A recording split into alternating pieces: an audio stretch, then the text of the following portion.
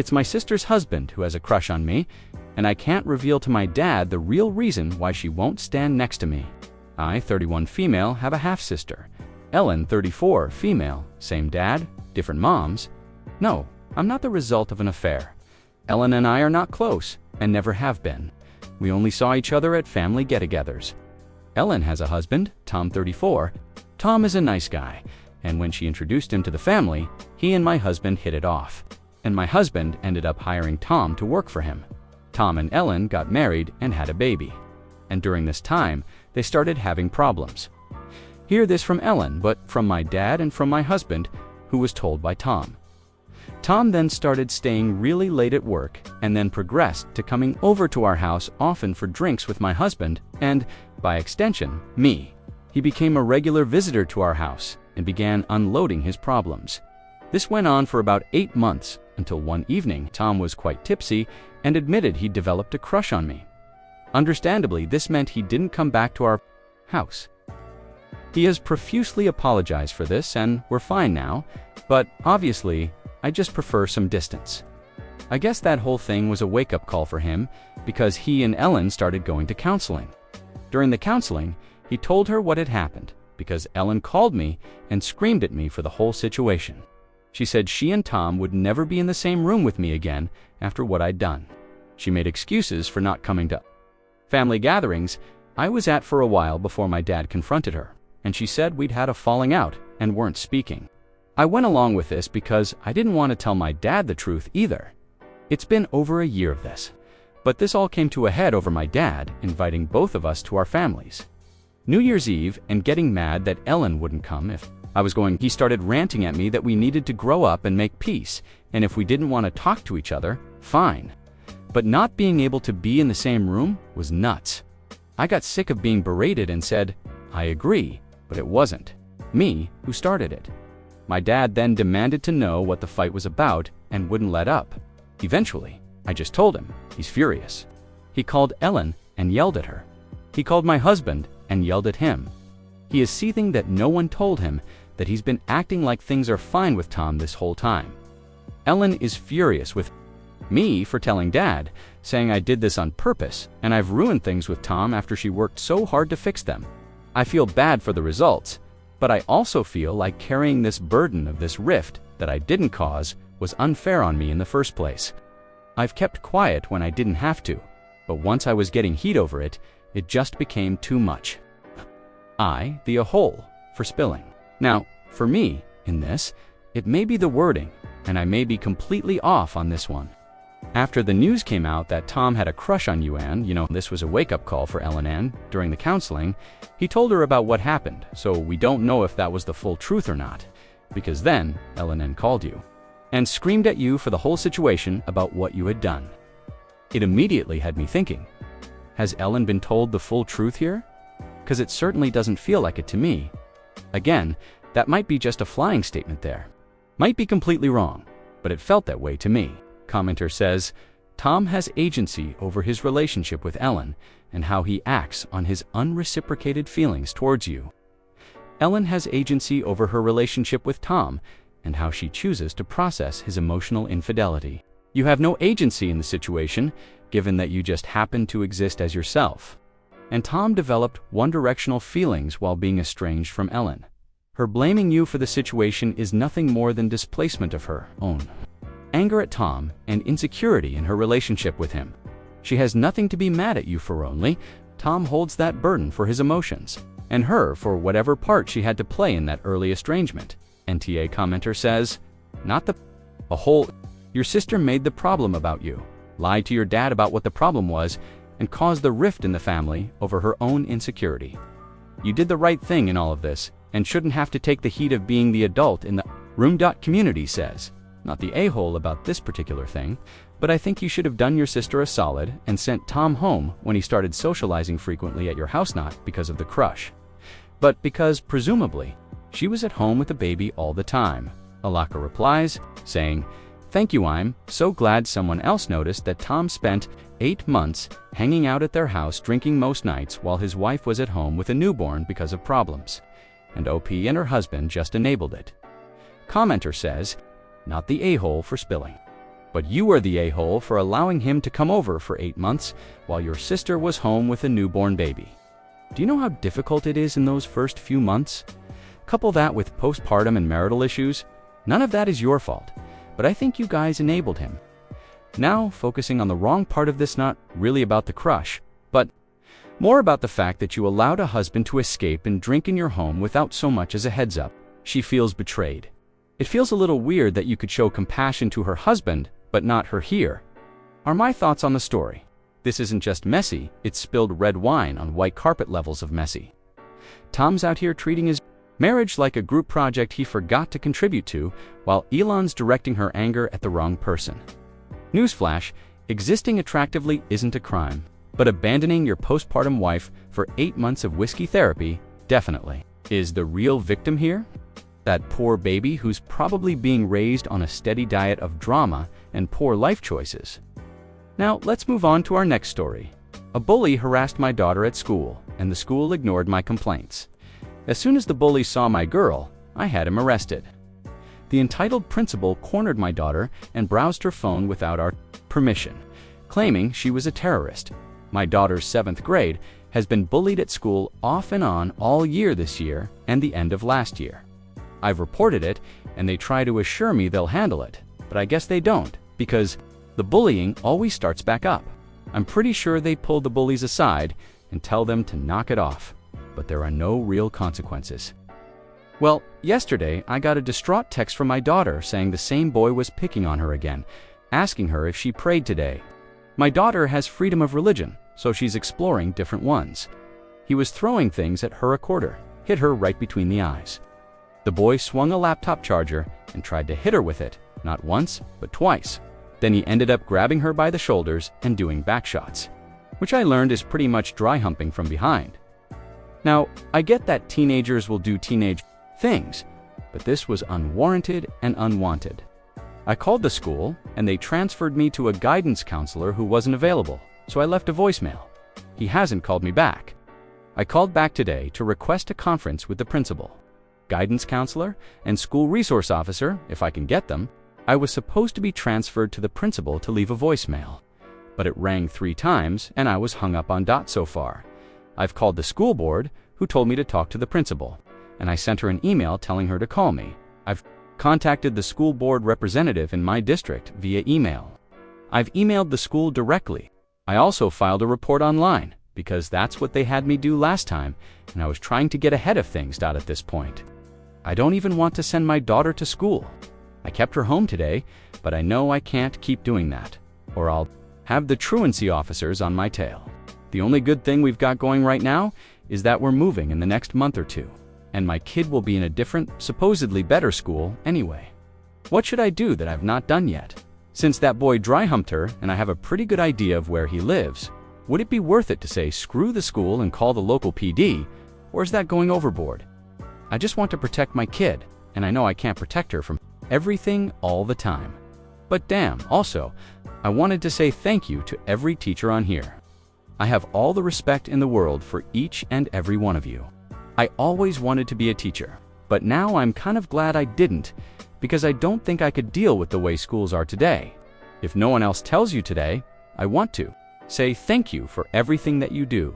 I know your job is hard, so thank you. If you read all this, thanks for reading. TLDR. My kid is being bullied and was essentially assaulted by a kid who's been picking on her for a while, and I don't know what to do because it doesn't seem like the school wants to do anything. Update on the same post. First of all, I want to say thank you to every one of you who took time to read my wall of text. You've all been so kind and helpful, and I sincerely appreciate it. I tried again several times to get in touch with someone from the school, but no one ever answered me, called back, or responded to emails. So this afternoon, I went to the police station. Apparently, we're on a weird line, so our nearest PD told us to call Metro PD. They sent out an officer, and he took our report. I told him we wanted to press charges. Tomorrow, I'll be going to the school in person with my report paper. I won't have the actual report for a couple days, and I'm going to ask them to move the boy out of my daughter's class. If they refuse, I'll be taking her home with me. I'm not going to send her to school just to have the same mess happen again. Also, I've contacted an attorney. He told me the same thing y'all did, and I'll be calling him back tomorrow. I'm going to get the attorney to help me with the title IX complaint that y'all told me about, and whatever else he thinks I need to do. I'm going to carry this as far as I have to, and I'll update when I can. Thank you all again for everything. Update: several. People asked for an update when I had one, so here we go. It took the school a couple days to get back to me. I don't think they planned on getting back to me at all until I called the Department of Education and told them that I wasn't playing with the school system, that I was dead serious, and that I had filed a police report. After an hour or so after the call to the Department of Education, I got a call from a guidance counselor. I told him what had happened. He apologized profusely, took a report from me over the phone, and told me he would get back to me. I haven't heard back yet, but I'll be calling again tomorrow. The same day I talked to the guidance counselor, my daughter was brought to the office.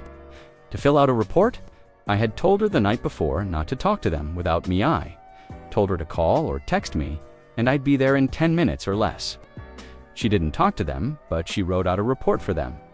I'm assuming the boy who harassed and assaulted her was suspended, as my daughter hasn't seen him in school. But he was at the bus stop last Friday when my daughter got home, most like he was waiting for her. He lives in the same apartment as us. It shook her enough that she ran all the way home. Anyway, I'm waiting to hear from DCS and a detective. I've not heard from either as of yet. This morning, my daughter texted me from school and told me that they had switched her class. I know several of you told me to tell the school to move the other kid, but I asked if that was okay with my daughter and if she wanted to be back in her original class because I was going to call and get her put back, and the boy moved. She said she was happy to go to the new class. Apparently, the other class was really rowdy and made it hard for the kids who wanted to learn, so I left it alone. We still intend to press charges against the kid. I'm still deciding what to do about the school. We'll be moving really soon. We're closing on our new home in a couple days and moving on the 15th, so I thought about not really doing much else because my daughter will be switching schools anyway. But at the same time, if I don't do something, they'll just let that kid right back in and let him keep doing what he's been doing. And I don't want that for the other kids. I know there will always be bullies, but this kid is a menace if I've ever seen one. I talked to my daughter's friend, and he said that the bully had tried to choke him out and randomly punched him. I asked why he didn't say something, and he said the same thing my kid said, that it wouldn't do any good. After dealing with this school, I totally believe them both. So if I don't do something, and these other kids won't tell because it won't do any good, who's going to do something? Can I even do anything once my kid is away from that school? Also, I'm going to request a meeting with the principal guidance counselor and SRO again and tell them everything again, plus what my daughter's friends have told me. I've also told my daughter if there is any issue at all to text me. I told her if the boy talks to her to try to record it, and if anyone takes her phone, to turn off her screen and refuse to unlock it until I get there. Actually, it was her. Dad told her that because he's heard of admins deleting evidence, but I don't know if that's true or not. Anyway, thank you all so much for all of your suggestions and help. I sincerely appreciated it because I really had no idea where to even begin. This subreddit has been a lifesaver for me.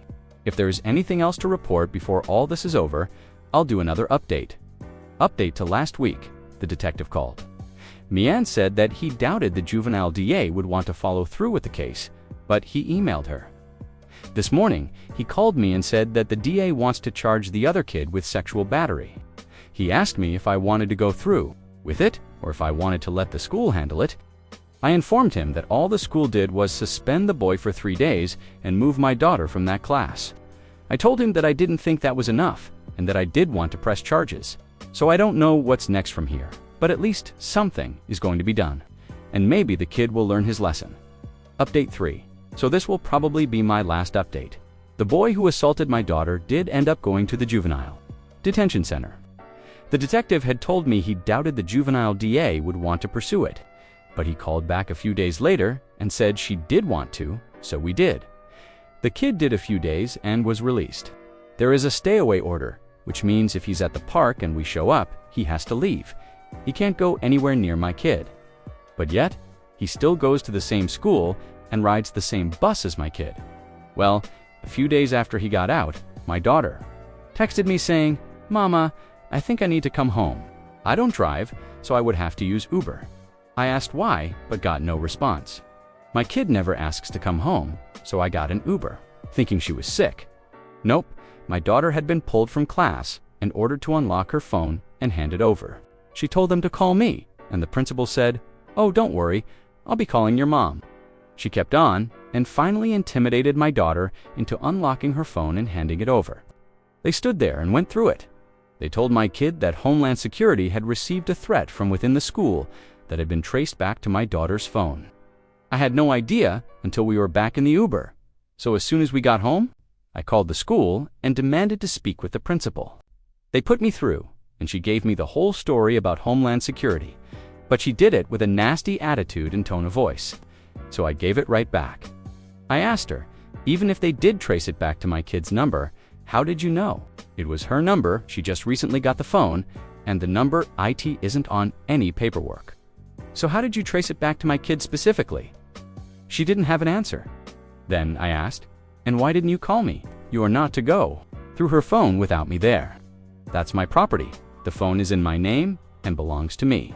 Had they called me, I would have been there in under 10 minutes, and I would have gladly let them go through the phone. That wasn't even what I was mad about. Really. I was mad because they intimidated the crap out of my kid, and now the principal was giving me a nasty attitude, and they didn't call me. The principal claimed they didn't have the correct number for me. I know that's BS because they've called me before. So I asked, even if my number is wrong in your computer, why didn't you call her dad? She claimed they tried to call him. There were no missed calls on his phone. I told Continued from previous update, the principal, that if anything else goes down, they are to call me before they go and get my kid all upset. I'll be there. I live close by. I guess nothing happened, or they couldn't prove it because nothing else was ever said about it. I don't know what their end goal was. That was a couple of weeks ago. Let me fast forward to this past Friday. I spent most of the day at the doctor with my husband because he had a nasty ear infection. The doctor prescribed antibiotics and ear drops. We went home to wait for his medicine to be filled. At approximately 6 p.m., we went to get in the car to go to Walgreens, and my daughter said, "Holy crap." I turned to look. The back window was busted. I knew right away who did it. The boy who assaulted my kid. The same boy has a stay-away order. He lives in our apartments and is the only person who has beef with us, but I couldn't prove it. We saw some other kids, and I asked them if they saw anything. They said they saw a boy walk down the hill with a decent-sized rock and heard a loud pop, then saw the kid running. They said they didn't know the kid's name. I asked them to find out for me. They went and asked another kid who has lived here a while and came back to me with a name and apartment number. It was the same boy. We talked about whether we should go talk to his mom ourselves or just call the cops. We settled on calling the cops. The officer was really nice. While we were talking to him, the kid came walking up and the officer told him to stay right there. He kept saying, "I didn't do anything." The other kid said, "We saw you go down there and heard the glass breaking and you ran away." The officer talked to the other kids, then to the boy, and then he walked the boy home and talked to his mom. I don't know what was said. The officer told us to stay put. When he came back, he told us that since no one actually saw the kid do it, there wasn't anything he could do. He wrote up a report and left. Now we're stuck paying almost $400 for a new back window. That's $400 we don't really have right now, but whatever. I'll be putting my trail cam out, pointed at the parking lot, in case the kid tries to pull something. Again, thank God we're moving this weekend. Next year, my daughter will be attending a different school. All this BS is almost over.